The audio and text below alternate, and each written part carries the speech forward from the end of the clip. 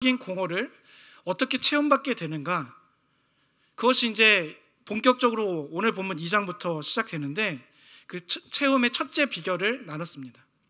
그 첫째 비결은 룻이 이삭을 주우러 밭에 나갔다는 것입니다. 제가 청년들에게 말을 했는데, 나오미의 그 1장의 모습은 불신앙적인 모습이 아닙니다.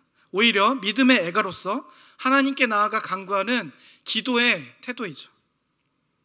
그런데 이러한 기도의 태도, 우리가 이 밤에 나와서 기도드리고 하나님께 엎드리는 이 신앙의 그런 기도드리는 간구도 너무나 중요하지만, 저는 동시에 룻과 같이 오늘 2장에서 나오는 것처럼 자신의 텅 빈 삶을 향해서 나아가는, 다시 나아가는, 자신의 삶을 관통하는 그 어려움 상 가운데 그 어려움을 들고, 바뀌지 않았습니다, 삶이. 그러나 그 어려움을 들고 기도 제목을 들고 자신의 삶으로 돌아가는 이 삶도 너무나 중요하다고 생각합니다.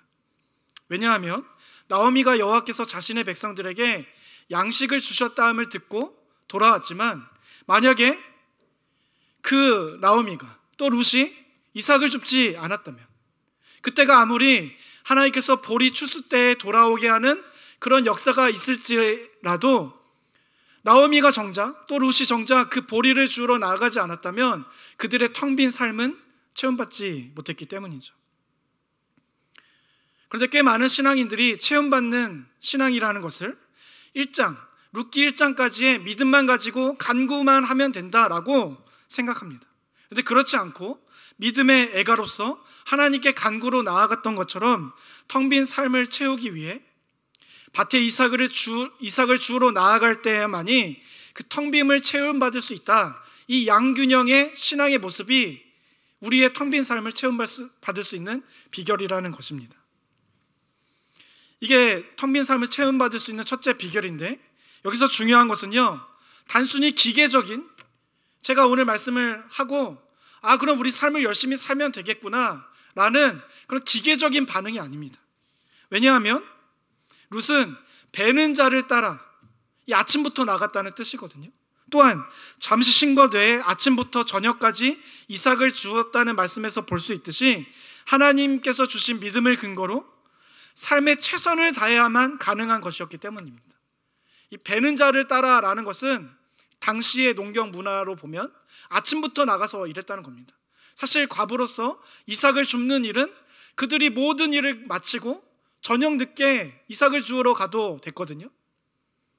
그러니까 기계적으로 열심히 살면 되겠다, 내 삶의 이삭을 주우러 가면 되겠다라고 생각하는 많은 신앙인들이 이러한 삶의 행동으로 나아가지만 하나님의 체험받지 못하는 그 이유는 기계적으로만, 하나님께서 이렇게 하라 했으니까 하면 복 주시겠지, 하면 체험받겠지라는 놀부가 그 제비다리를 고쳐주는 그런 기계적인 신앙의 행위였기 때문일 겁니다.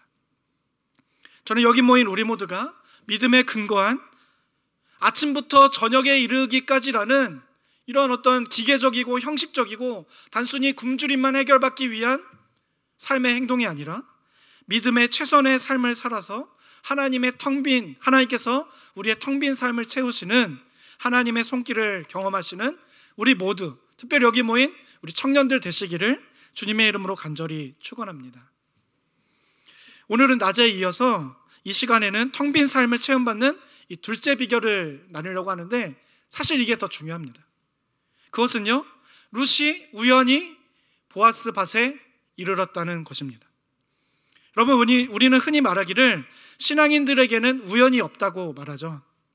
즉 필연만 있다는 겁니다. 이것에 동의하십니까?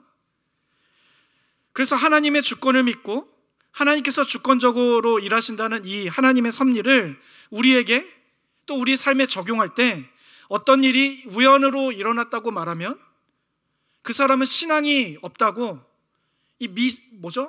미신적인 신앙을 갖고 있다고, 또 신앙적인 거부감을 갖는 분들이 적지 않을 것 같습니다. 그런데 그런 거부감을 갖고 있는 분들이 오늘 본문을 보시면, 룻기 2장을 보시면 깜짝 놀랄 말씀이 나온다고 생각하는데요. 우리 앞으로 좀 돌아가서 룻기 2장 2절 3절 우리 교독해서 한번 읽어보도록 하겠습니다. 제가 먼저 2절을 읽겠습니다. 모압 여인 룻이 나오미에게 이르되 원하건대 내가 밭으로 가서 내가 누구에게 은혜를 입으면 그를 따라서 이삭을 줍겠나이다 하니 나오미가 그에게 이르되 내 따라 갈지어다 하매 룻이 가서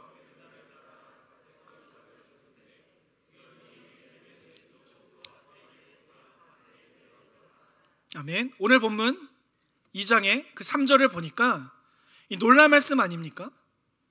입에도 신앙인들이 담기 어려운 우연히라는 단어가 딱 나옵니다. 거룩한 성경에 우연히? 우리 신앙인들에게는 우연이 없다고 생각해 왔는데 성경에 딱 우연히라는 단어가 등장하니까 혼란스러운 분도 계실 것 같습니다. 근데 여러분 그럴 필요가 없어요.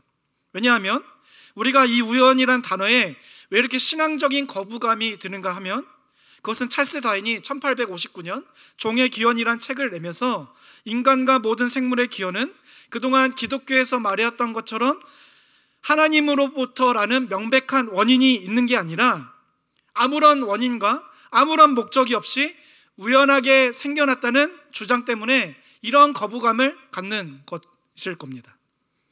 그런데 오늘 본문의 우연히라는 단어는 그런 의미가 아니에요. 지금 우리가 창조론과 진화론이라는 신앙과 불신앙적 주장이 양립하는 이런 시대 속에서 하나님의 주권과 창조, 하나님의 섭리에 반대되는 말로서 우연이라는 말을 쓰니까 이런 거부감을 갖게 되는 것이지, 사실 우연이란 말은 굉장히 성경적인 단어입니다. 앞으로 일상에서 쓰셔도 돼요. 성경에 나오지 않습니까? 사실 우연이란 단어는 우리 장로교가 신앙 고백의 기초로 삼고 있는 웨스트민스터 신앙 고백서에서도 나오는 단어입니다. 우연을 이렇게 표현합니다. 우연을 하나님의 섭리 가운데로 인정하고 있습니다. 화면을 보시면 제가 짧게 읽어드리겠습니다. 웨스트민스터 신앙 고백서 5장 하나님의 섭리, 이 항을 보면 제1의 원인이신 하나님의 예지와 작정에 따라 모든 것이 불변하게 그리고 확실하게 일어난다.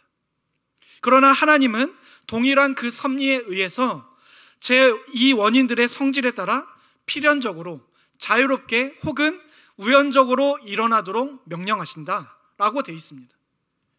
처음 보시는 분들은 집에 가셔서 꼭 읽으셔야 될 그런 신앙 고백적인 우리들의 교리의 기초입니다. 그러니까 하나님의 작정하심, 그것에는 불변하고 또 반드시 이루어진다는 측면에서 하나님께는 절대 우연이 없습니다. 그러나 하나님께서 그 작정을 자신의 주관적인 역사로 성취해 가시는 이 방편 중에 하나가 아무런 인과관계 없이 뜻하지 아니하게 일어난 일이라고 말한다면 이 우연이라고 말할 수 있다는 겁니다. 우리에게는 우연이 있다는 거예요. 하나님께서는 당신의 작정대로, 당신의 뜻과 섭리대로 그렇게 불변하게 확실하게 일어나게 하지만 이 사람의 입장에서는 그게 기적이고 미라클, 우연일 수밖에 없다는 거죠.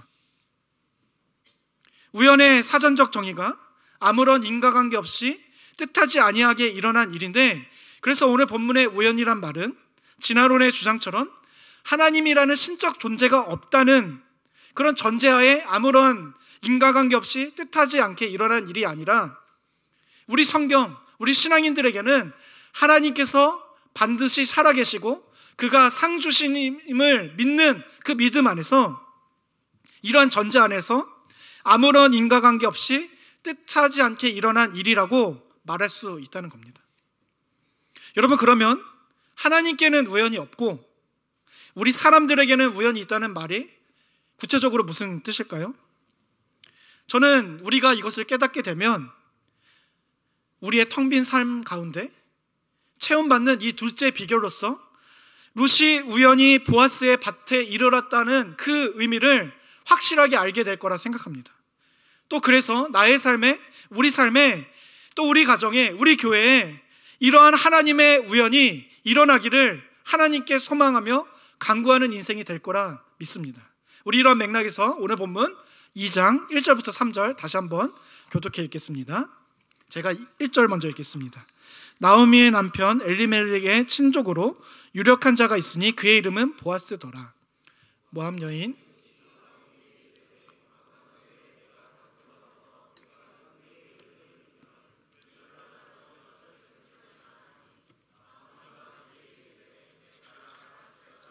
3절 같이 읽습니다. 룻이 가서 베는 자를 따라 밭에서 이삭을 줍는데 우연히 엘리멜렉의 친족 보아스에게 속한 밭에 이르렀더라. 아멘. 룻과 나오미가 텅빈 삶을 체험받는 둘째 비결이, 제가 룻이 이삭을 주우러 밭에 나갔다는 이 첫째 비결을 말씀드렸는데, 그리고 룻이 그것에 최선을 다했기 때문이라 말씀드렸는데, 어떤 사람들은 이런 룻의 순수한 삶, 그리고 최선의 삶을 이렇게 비하하기도 합니다. 인간의 약한 탐심에 그런 것이다. 놀부가 제비다리 고쳐준 것처럼 무언가 얻으려고 그 밭에 나간 거 아니냐?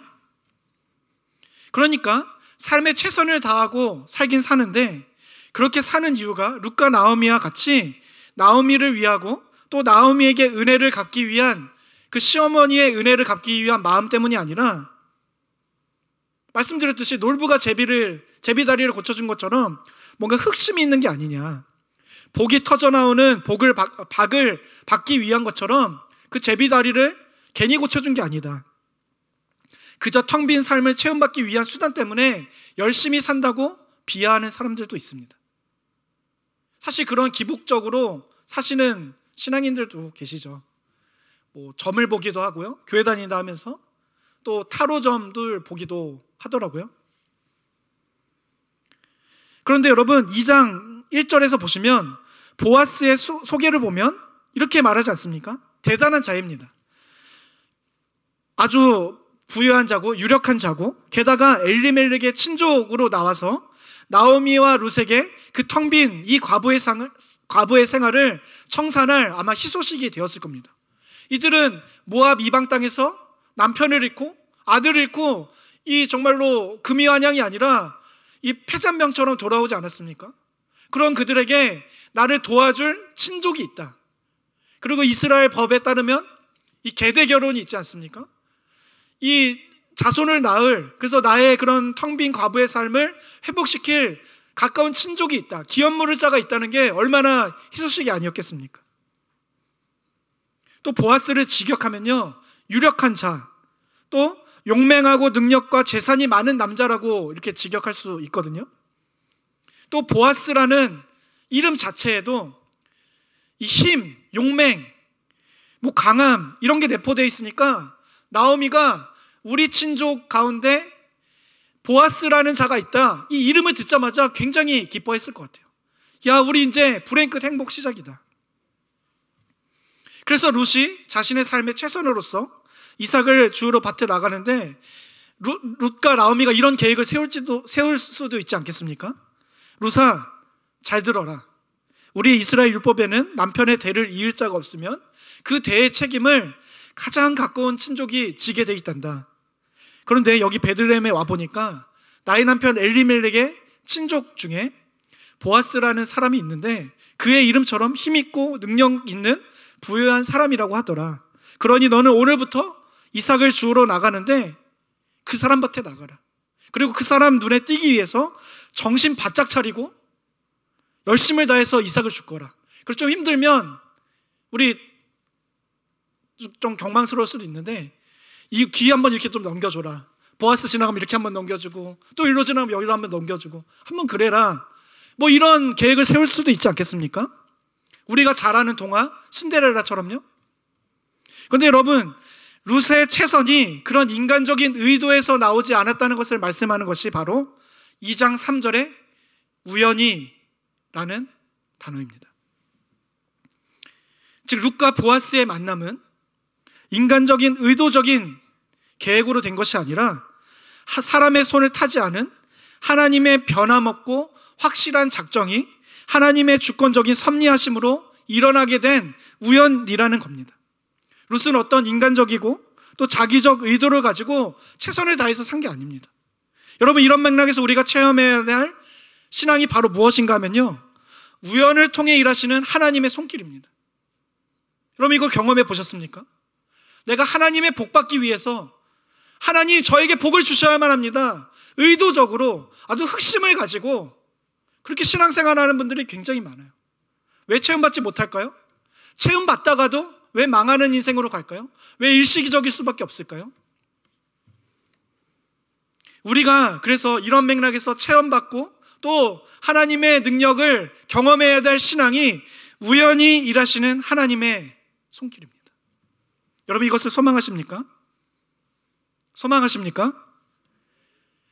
제가 텅 빈 삶을 체험받는, 열심히 최선을 다하는 이 첫째 비결보다 이 둘째 비결이 더 중요합니다.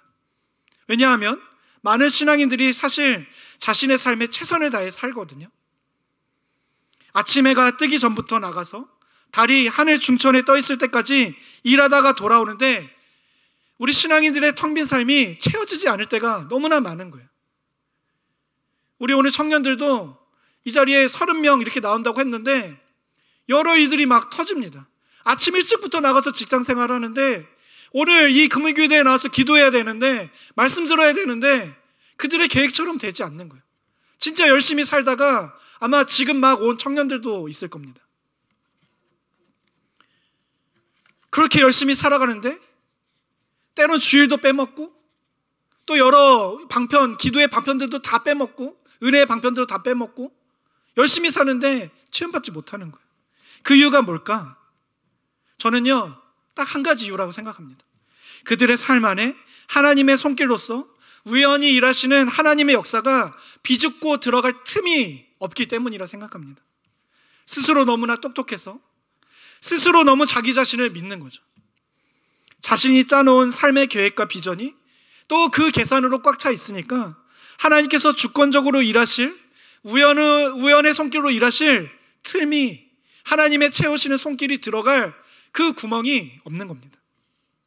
저는 여러분들에게 무계획으로 살고 규모 없게 살라는 것이 아니라 여러분의 삶의 주인이, 우리가 아까 앞서 찬양했듯이 우리들의 주인이, 우리들의 왕이 누구냐 하는 것을 묻는 겁니다. 우리 삶의 주도권이 어디에 있어야 할까요? 하나님께 있어야 합니다. 하나님께 우리의 주도권이 있다는 말은 우리는 단순히 무익한 종으로서 우리에게 맡겨진 삶과 달란트에 최선을 다해서 살면 된다는 것이고, 그 결과 하나님께서 일하시는 그 인도하심과 이루심은 하나님께 있음을 믿고 맡기며 살아야 한다는 것을 의미합니다.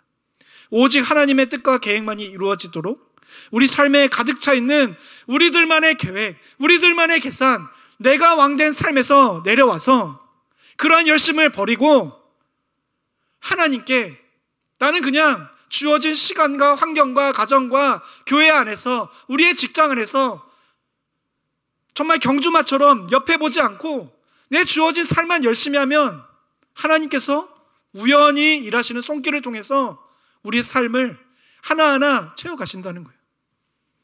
그러면 우리의 텅 빈 삶이 우리 우연히 일하시는 하나님의 손길로 인해 가득 채워진다는 것입니다.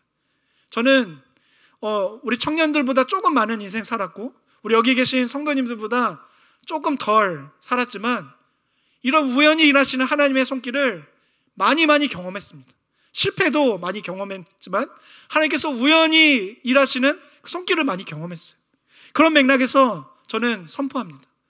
여기 모인 모든 성도님들과 제가 우연히 일하시는 하나님의 손길, 내 계산을 다 내려놓고 나의 왕된 삶을 다 내려놓고 사사시대로 정말 비견될 수 있는 너무나 발달한 이 시대 가운데 조금도 비집고 들어갈 수 없는 하나님의 그 손길이 너무나 바쁜 삶을 살아가는 우리의 가정과 우리의 직장과 우리의 대학생활 가운데 이 우연히 일하시는 하나님의 손길, 그 주권하심을 소망함으로 나의 왕된 삶을 다 내려놓고 하나님의 그 우연한 손길을 경험하시는 우리 모두가 되시기를 주님의 이름으로 간절히 소망합니다. 아멘. 딱 여기까지만 말씀하면 좋을 텐데요. 수련회니까 몇 가지만 더 나누도록 하겠습니다. 여러분, 제가 방금 하나님께서 당신의 뜻과 계획을 이루어 가시는 한 가지의 방편으로 우연을 말씀드리지 않았습니까? 근데 저는 오늘 본문을 근거로 더 구체적으로 하나님께서는 그 우연의 방편을 또 어떻게 사용하시는가를 좀 나누었으면 좋겠습니다.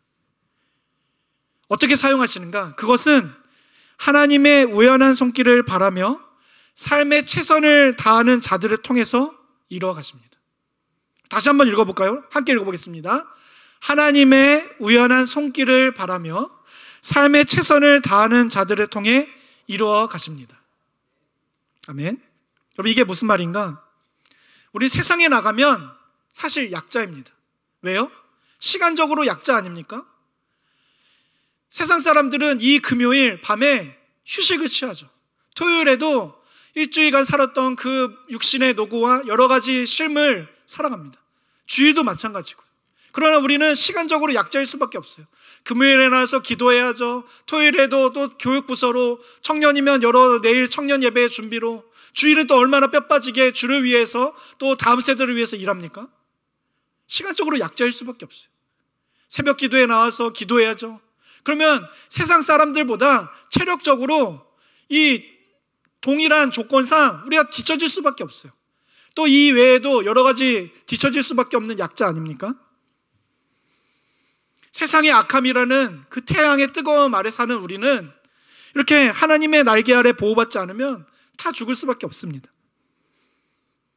그런데 하나님의 날개 아래 보호받기를 원하는 우리가 모였지만 이 하나님의 여호와의 보호를 구해도 우리의 말라가는 타들어가는 인생의 이 목마름을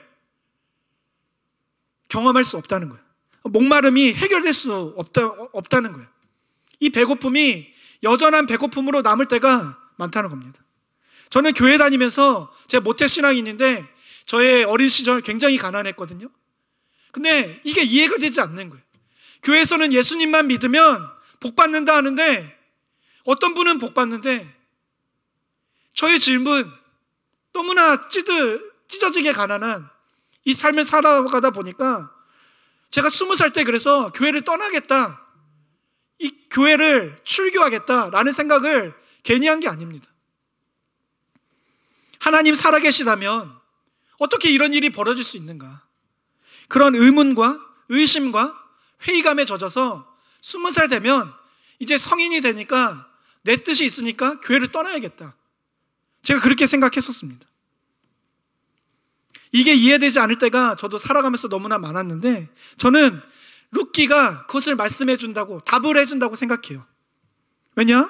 룻기는 이 1장부터 4장밖에 안 되거든요. 제가 그래서 청년들에게 수련회 오면서 이 88절 정도 되는데 다 읽어보고 와라 이렇게 얘기했어요. 그렇게 짧은 성경이지만 여기서 하나님께 나아가서 간구하는 우리가 생각하는 일반적인 신앙의 모습이 전혀 나오지 않는 거예요. 오히려 이 룻이, 나오미가 흑심을 품고 보아스에게 의도적으로 접근한 게 아닌가라고 생각될 만큼, 오해할 만큼 사람에게 최선을 다해서 그 문제를 해결받는 모습만 엄청나게 많이 나옵니다. 그래서 참 인본적인 책이다. 이거 위인전기 아닌가? 설날이나 추석 때 시어머니가 며느리들에게 보여줄 법한 이 며느리 집신서 정도가 아닌가? 라는 생각이 들 정도입니다. 그런데 여러분, 그러한 책이 룻기가 아니고요. 무엇을 말씀하는가? 하나님께서는 우리가 사람에게 어떻게 살았는가에 따라서 우리의 신앙을 평가하고 이를 기준으로 우리의 목마름의 문제를 해결해 주신다. 이것을 말씀하고자 하는 책이 룻기입니다. 중요하니까 다시 한번 말씀드릴게요. 룻기는 이 며느리 지침서 같은 책이 아닙니다. 그것이 아니라 우리가 사람에게 어떻게 행했는가, 사람을 어떻게 대했는가에 따라서 우리의 신앙을 평가받고 또한 이를 기준으로 이것을 근거로 목말라 하는 자들을 하나님께서 그 문제를 해결해 주신다. 이것을 보여주는 책이 룻기입니다. 여러분, 그래서 2장 12절 보시면 보아스는 룻을 이렇게 평가하죠. 여호와 날개 아래에 보호를 받으러 왔다. 룻을 이런 며느리라고 평가해요. 근데 사실 룻은 단순히 모압 지방에서 남편 일고 돌아왔을 뿐이거든요. 사실 돌아온 것도 아닙니다. 이 베들레헴을 처음 밟았습니다. 그리고 여호와 하나님께 돌아왔다, 내가 여호와 하나님 때문에 이 땅에 왔다 얘기한 적이 없습니다. 그럼에도 룻기가, 또 성경이 룻에게 이런 평가를 내린다는 것은 룻이 시어머니에게 최선을 다하지 않았습니까? 하나님께서는 우리 신앙인들의 그 신앙적인 평가를 무엇을 기준으로 평가하시는가? 주위의 사람들에게, 우리의 삶에서, 우리의 이웃에게서 어떻게 살았는가로 우리의 신앙을 평가하신다는 거예요. 또 이 신앙을 기준으로서 많은 목마른 수많은 나오미들을 먹이시고 입히시고 목마름의 문제를 해결해 나가신다는 것입니다. 마태복음 25장에서도 그래서 그것을 말씀하는 거 아닙니까? 아니 예수님, 제가 언제 예수님께 물 한 그릇 대접했습니까? 저기 목말라하는 정말로 빌어먹고 사는 그 자에게 냉수 한 그릇 준 것이 나에게 한 것이다. 아니 예수님, 제가 언제 예수님 봤으면 바로 알아봤지 언제 제가 예수님을 외면했습니까? 저 소인에게 한 것이 바로 나에게 한 것이다. 너가 저 소인을 대접하지 않았으니 너가 나에게 그렇게 한 것이라고 마태복음 25장에 말씀하지 않습니까? 저는 이런 맥락에서 우리 모두가 호세아 6장 6절 우리 함께 읽어볼까요? 시작. 나는 인애를 원하고 제사를 원하지 아니하며 번제보다 하나님 원하는 것을 원하노라. 또 아모스 5장 21절 24절입니다. 시작. 오직 정의를 물같이 공의를 마르지 않는 강같이 흐르게 할지어다. 여러분 성경은요 제사, 예배, 신앙적인 어떤 행위 이것만을 강조하지 않습니다. 우리가 하나님께 나아가는 간구로서 예배로서 기도로서 하나님께 드리는 신앙적인 행위를 강조함과 동시에 우리의 삶 가운데 우리 주변에 수많은 목말라하는 나오미, 인생의 씀으로 인생의 고난으로 정말 어려움을 겪고 있는 수많은 나오미를 우리가 돌볼 때 하나님은 그것을 우리를 신앙인으로 정말로 알아보신다는 거예요. 인정해 주신다는 거예요. 사람을 통해서 일하시는 그 하나님의 보답과 하나님의 인도로서 여러 도움의 손길들을 우리 삶 가운데 받게 되시기를 주님의 이름으로 간절히 소망합니다. 우리 서로가 그러한 서로를 도울 수 있는, 서로를 먹이고 입힐 수 있는 그러한 신앙 안에서 진짜 예수 가족, 형제자매가 되기를 간절히 소망합니다. 그래서 제가 소망하는 이유는 단순히 그런 이유가 아니고요. 오늘 말씀 제목이 뭡니까? 우연히 마라에서 나오미로. 우연히는 제가 설명했고요. 마라에서 나오미로를 우리가 서로 그 사람에게 어떻게 했는지에 따라 우리 신앙이 평가된다고 했는데 마라에서 나오미가 바로 이것을 깨달을 때 저는 올바로 이해할 수 있다고 생각합니다. 우리 오늘 본문 17절부터 18절 교독해서 읽겠습니다.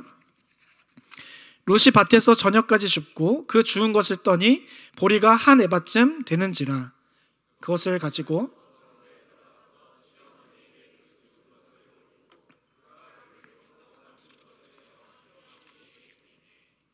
같이 읽겠습니다. 시어머니가 그에게 이르되 오늘 어디서 주었느냐 어디서 일을 하였느냐 너를 돌본 자에게 복이 있기를 원하노라 하니 룻이 누구에서 일했는지를 시어머니에게 알게 하여 이르되 오늘 일하게 한 사람의 이름은 보아스니이다 하는지라.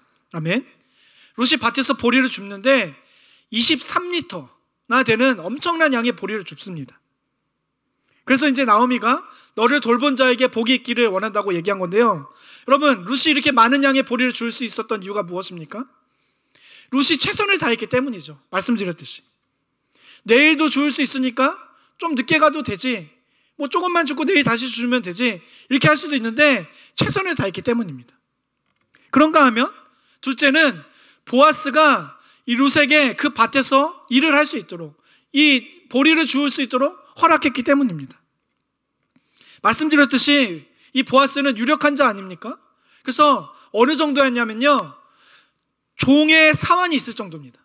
그러니까 종을 감독하는 또 다른 종이 있을 정도였어요. 얼마나 유력한 자인지 아시겠죠? 그 사환이 있을 정도인데 이 함락 과부, 그것도 이방에서 온 이 룻이 눈에 보이겠습니까? 보이지 않았을 것 같아요. 갑질하며 살 수도 있고 저 계집종이 누구냐 하면 왜 감히 너 나한테 허락도 안 받고 우리 밭에서 이삭을 줍느냐 막 쫓아낼 수도 있을 텐데 보아스는 룻이 많은 양의 보리를 주울 수 있도록 또 막 선대를 합니다. 딴 데 가지 말고 여기서 주워라. 그러니까 룻의 최선과 그 룻의 최선이 가능하도록 이 보아스의 선대 때문에 룻이 많은 양의 보리를 주울 수 있었는데요. 물론 여러분 전제가 있습니다. 룻과 나오미를 입히시고 먹이시는 분은 하나님이십니다. 그리고 그들의 삶을 또 보아스의 삶을 주관하시는 분은 하나님입니다. 하나님께서는 그런 섭리와 주권적 일하심을, 그런데 어떤 통로로 일하시는가 하면 바로 사람을 통해서 일하신다는 겁니다. 오늘 본문에서 그 사람들이 룻과 보아스인데, 이 마라에서 나오미로라는 말씀의 제목의 의미가 이제 드러난다고 생각하는데요. 앞서 나오미는 유대 땅이 흉년으로 잠시 모압 땅으로 이사 갔습니다. 근데 거기서 10년 만에 남편이 죽고 두 아들이 죽고, 이 며느리였던 오르바와 룻도 남편을 잃게 되죠. 그래서 이제 어디로 돌아갈까 하다 보니까 이 베들레헴 땅에 하나님이 양식을 주셨다는 거예요. 그래서 이제 베들레헴으로 돌아오는데 오랜만에 만난 그 동네 사람들이 나오미에게 이러는 거예요. 야, 너가 진짜 나오미가 맞냐? 너 어떻게 이렇게 10년 동안 폭삭 늙을 수가 있냐? 너 이렇게 주름이 많아졌냐? 너 도대체 무슨 일이 있었냐? 하고 물으니까 나오미가 이런 말을 하죠. 나를 나오미라 부르지 말고 나를 마라라 부르라. 이는 전능자가 나를 괴롭게 하셨음이니라. 여러분, 이 말씀이 좀 이해가 되세요? 하나님을 원망하는 것 같은데 사실 굉장히 괴로웠을 거예요. 하나님의 주권적인 그 섭리를 인정하고 있는 고백이기도 하기 때문이죠. 여하튼 간에 이러한 공허를 경험했을 때 나오미는 여하튼 주님께로 돌아옵니다. 그런데 생각해 보십시오. 1장 17절 전까지 보시면 나오미가 이 베들레헴 땅으로 돌아왔는데 실제 상태는 어때요? 양식을 주셨다고 보리 추수 때라고 해서 돌아왔는데 실제 상태는 어떻습니까? 배고픈 거예요. 이삭을 주울 수 없는 너무나 늙은 자신의 연약한 모습을 보게 되는 거죠. 근데 이 늙고 연약한 배고픈 그 나오미의 인생을 실제적으로 채우는 일이 언제부터 일어나게 됩니까? 룻을 통해서, 이삭을 주우러 간 룻을 통해서, 또 그 이삭을 주울 수 있게 한 보아스의 허락을 통해서 나오미의 배고픔과 그 연약함이 치유받게 된다는 겁니다. 주어진 삶에 열심을 다한 룻과 또 이런 열심이 가능하도록 자신의 것을 베푼 보아스로 인해서 나오미의 공허가 체험받게 됩니다. 여러분, 하나님께서는 우리 주변에 어려움을 겪는 이웃들을 까마귀를 통해서 먹이시지 않습니다. 이건 신비주의예요. 하나님, 까마귀를 우리에게 보내주십시오. 오늘 본문에서 나오미를 마라에서 나오미로 회복시킬 수 있는 것은 우리가 하나님의 사랑을 들고 그 사랑을 삶에서 구체적으로 실현해 낼 때야만 가능한 것이라는 겁니다. 이처럼 나오미는 마라와 같은 인생의 밑바닥을 경험했지만 베들레헴 땅으로 돌아옴으로, 하나님께로 돌아옴으로써 마라에서 나오미로 다시 회복되어져 가는 이 일, 그 양식을 체험받게 되는 이 일이 어떻게 가능한가? 그것을 말씀하는 게 룻기인데 어떻게 가능하다고요? 여기 모인 저와 여러분들을 통해서 가능하다는 겁니다. 특별히 이 육신적인 배고픔이 있을 수 있지만 영적인 배고픔을 갖고 있는 그 지체들을 향해서도 여러분들과 저를 통해서, 우리 청년들을 통해서 그 일을 가능하게 하시다는 겁니다. 제가 한 가지 예화를 마치고 나누고 설교를 마무리할 텐데요. 여러분, 해바라기라는 그룹을 아시나요? 청년들은 다 모르실 것 같고 사실 저도 이 세대는 아닙니다. 제가 자료를 찾아보니까 1977년에 결성된 그런 그룹인데, 우리가 알고 있는 2인조 체제가 있는데 1982년 때부터라고 하더라고요. 지금도 활동하고 있는 그룹입니다. 여하튼 수많은 명곡들을 남겼는데, 그래서 지금도 여러 가수들이 이제 리메이크하는 곡들이 많이 있더라고요. 예를 들면 행복을 주는 사람, 또 모두가 사랑이에요, 어서 말을 해, 내 마음의 보석 상자. 뭐 연대가 있으신 분들은 아마 좀 마음속에 이 노래가 막 읊어지실 겁니다. 근데 저는 말씀을 준비하면서 이 중에 떠오른 곡이 하나 있는데 약 34년 전에 그런 작곡된 또 발표된 곡인데 1989년에 나온 사랑으로라는 곡입니다. 가사를 읽어드리겠습니다. 내가 살아가는 동안에 할 일이 또 하나 있지. 바람 부는 벌판에 서 있어도 나는 외롭지 않아. 그러나 솔잎 하나 떨어지면 눈물 따라 흐르고 우리 타는 가슴마다 햇살이 다시 떠오르네. 후렴 한 걸 불러볼까요? 아, 영원히 변치 않을 우리들의 사랑으로 어두운 곳에 손을 내밀어 밝혀주리라.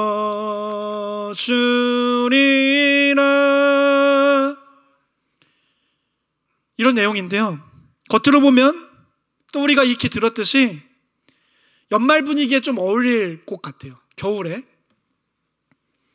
평범한 사랑 노래이고 또 해바라기 꽃처럼 노란 햇살이 눈앞에서 아른거리는 그런 따뜻한 느낌의 곡이죠.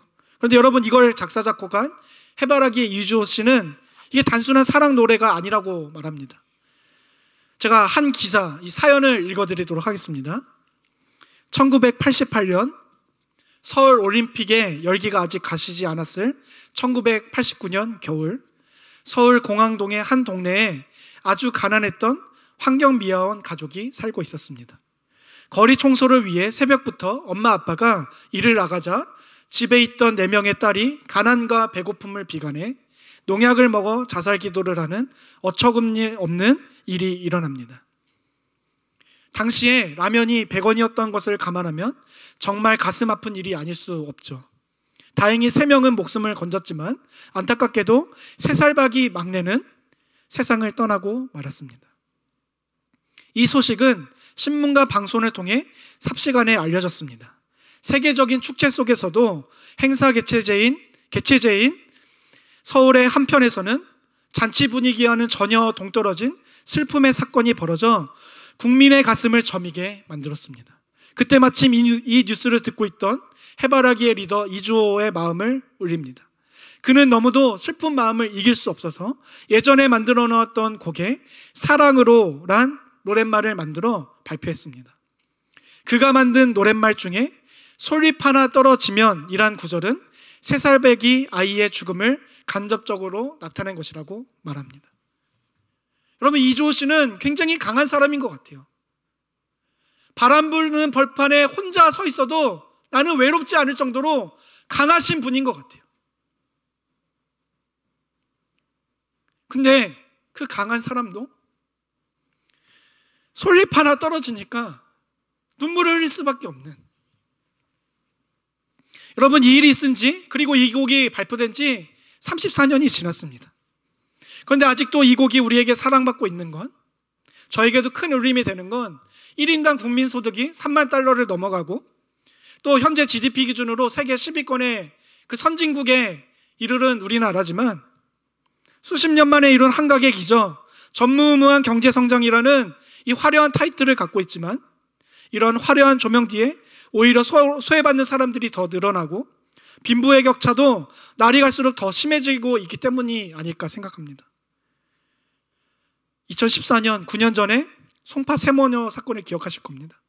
또 2018년 충북 증평군 모녀 사건을 통해서 작년 8월에도 수원 세모녀 사건을 통해서 여전히 생활고로 인해 죽어가는 우리 이웃들의 목소리를 들으셨을 겁니다.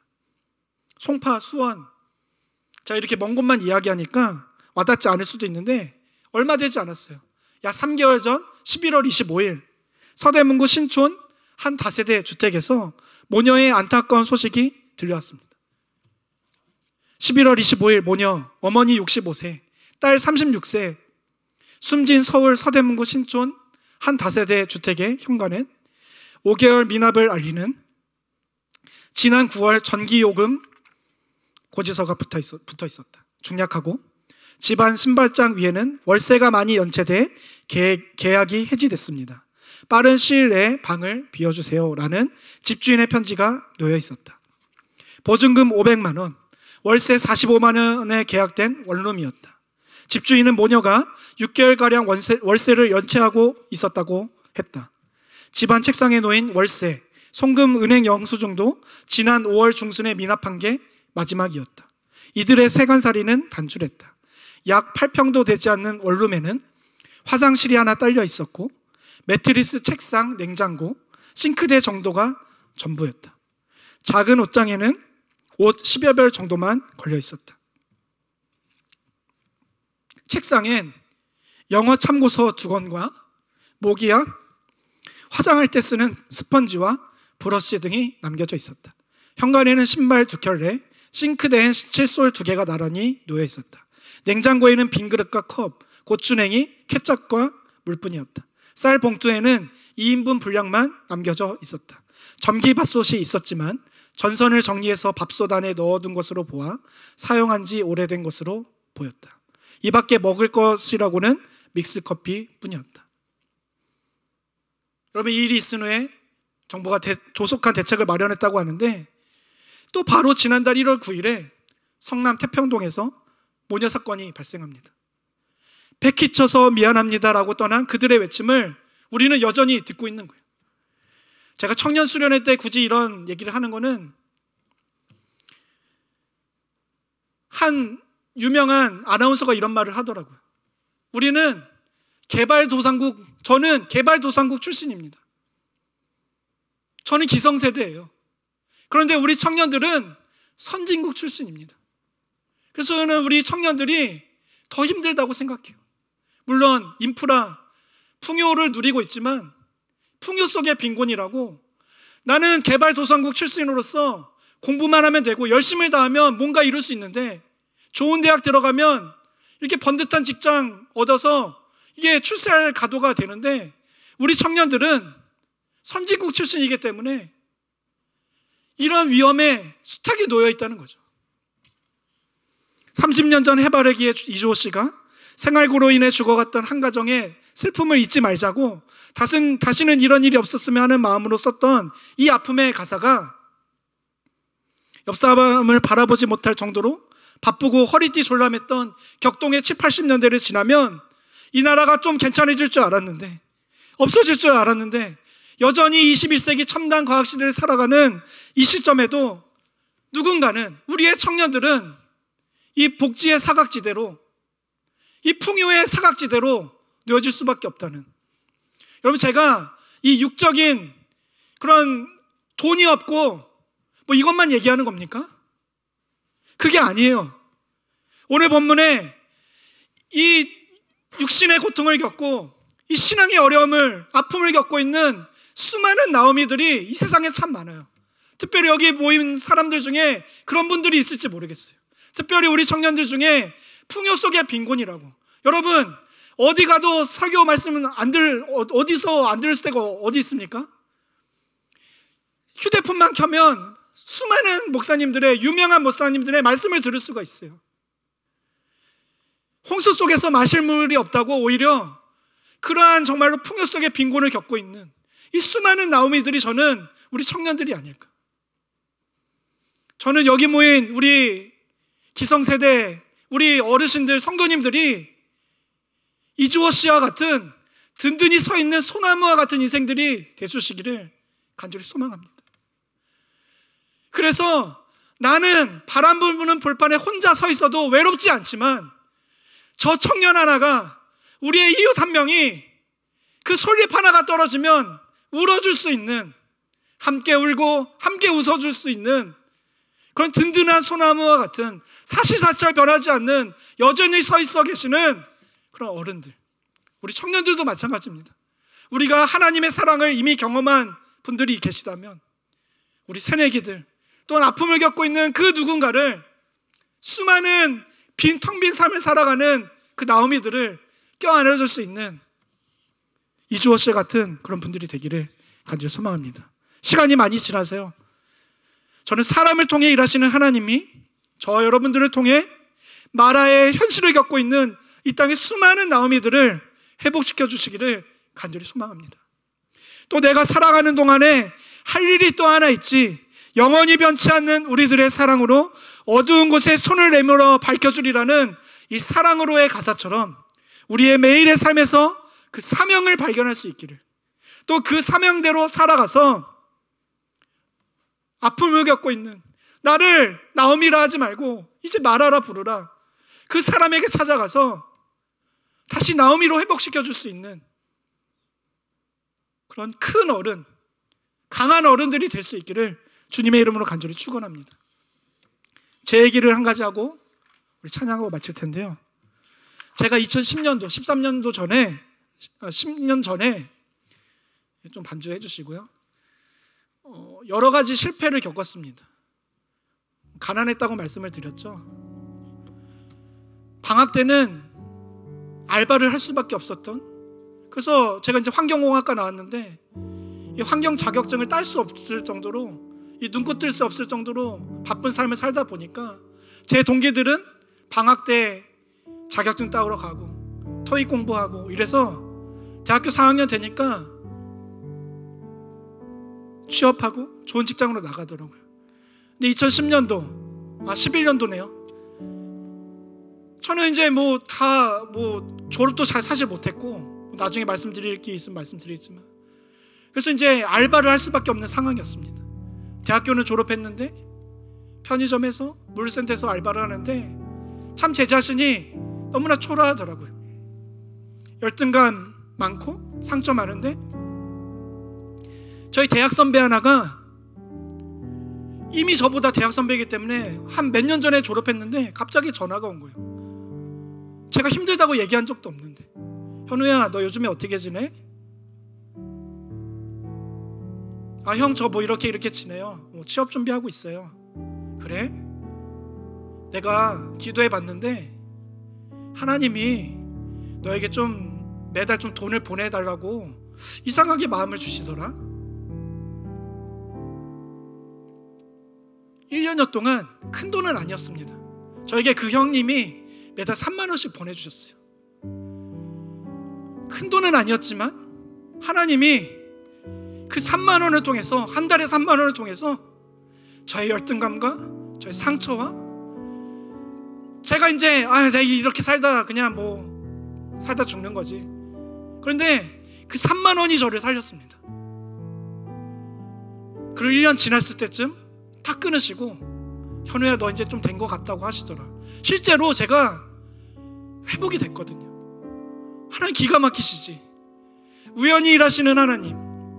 저는 여기 모인 성도님들이 우리 청년들을 향해서, 또 수많은 마라를 겪고 있는 그 나오미들을 향해서 많은 거를 하라는 게 아닙니다.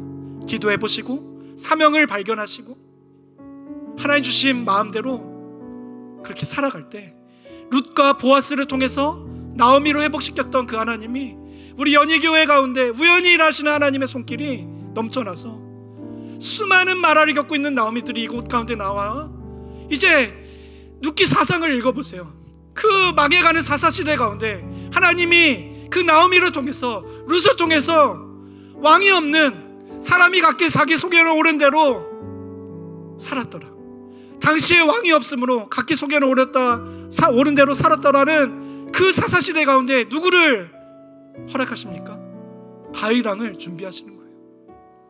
저 여기 모인 성도님들과 제가 그 한 사람, 연약한 룻, 나오미를 살렸지만 그 룻과 나오미를 통하여 이 연희교회 가운데, 이 연희동 가운데, 이 열방 가운데 왕이 없는 것 같은, 인물이 없는 것 같은 그런 우리나라 가운데, 우리 다음 세대 가운데 그 다윗과 같은 다음 세대를 일으키실 그 시작이 우연히 일하시는 하나님의 손길을 바라보며 수많은 마라를 겪고 있는 나오미를 향하여 3만 원을 들고 나가는, 솔잎 하나 떨어지면 함께 울어줄 수 있는 그 마음을 들고 가는 사시사철 소나무 변하지 않는 그 한 사람을 통해서 일하실 거라 믿습니다. 우리 이 시간 함께 찬양할 때 하나님의 왕되심, 우연히 일하시는 하나님의 그 손길을 바라보며 아까 불렀던 찬양, 나의 사랑 너는 어여쁘고 나의